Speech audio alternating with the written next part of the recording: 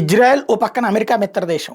At the same time తన అమెరికాతో ఉంటూనే అమెరికా రూల్స్కి విరుద్ధంగా లేకపోతే అమెరికా కాన్సెప్ట్కి విరుద్ధంగా తన రక్షణ తను చూసుకుంటుంది.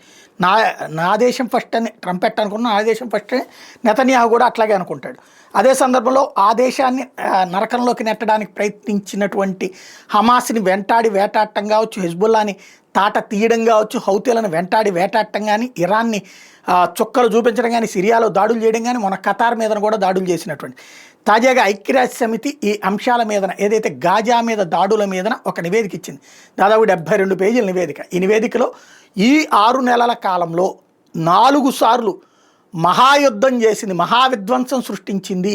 అక్కడ కూల్చడం అన్నటువంటిది భవనాలే కూల్చారా, లేకపోతే ఆసుపత్రులే కూల్చారా, శిబిరాలే కూల్చారా, వందల మంది ప్రాణాలే పోయినాయా, వేల మంది జీవితాలే నాశనమైనాయా అన్నటువంటి చూస్తే నిత్య నరకం చూపెడుతుంది అక్కడ ప్రజలకి అన్నటువంటిది ఐక్యరాజ్య సమితి ఇజ్రాయెల్ మీద ఇచ్చిన నివేదిక.